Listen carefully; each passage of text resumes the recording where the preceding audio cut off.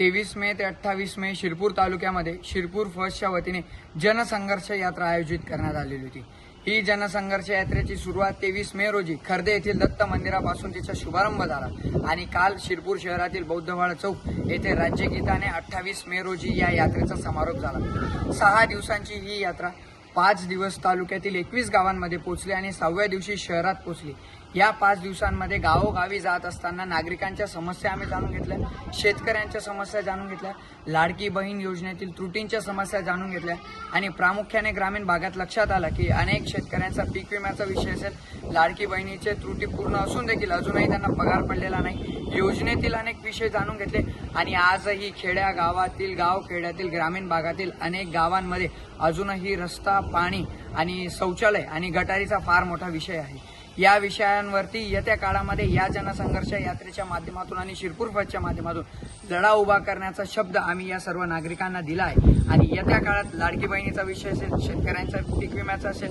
गटारचा विषय असेल, रस्त्याचा विषय असेल, येत्या काळामध्ये या सर्व नागरिकांना येऊन शासन दरबारी, प्रशासन दरबारी पाठपुरावा करून निवेदन आणि आंदोलनाच्या माध्यमातून आम्ही लढणार आहोत आणि शिरपूर फर्स्टच्या माध्यमातून सुरू झालेली ही यात्रा, या यात्रेचे नेतृत्व संयोजक रवींद्र भिल, सहसंयोजक प्रणव भांबरे, चैतन्य जमादार, नियंत्रक रामेश्वर पावरा यांच्या सर्वांच्या सहयोगाने आणि आमच्या लढवय्या सोबतींच्या सोबतीनं ही सर्व यात्रा जल्लोषात आणि जंगी याच्यात नागरिकांच्या भरभरून आशीर्वादानं या तालुक्यात पार पडली।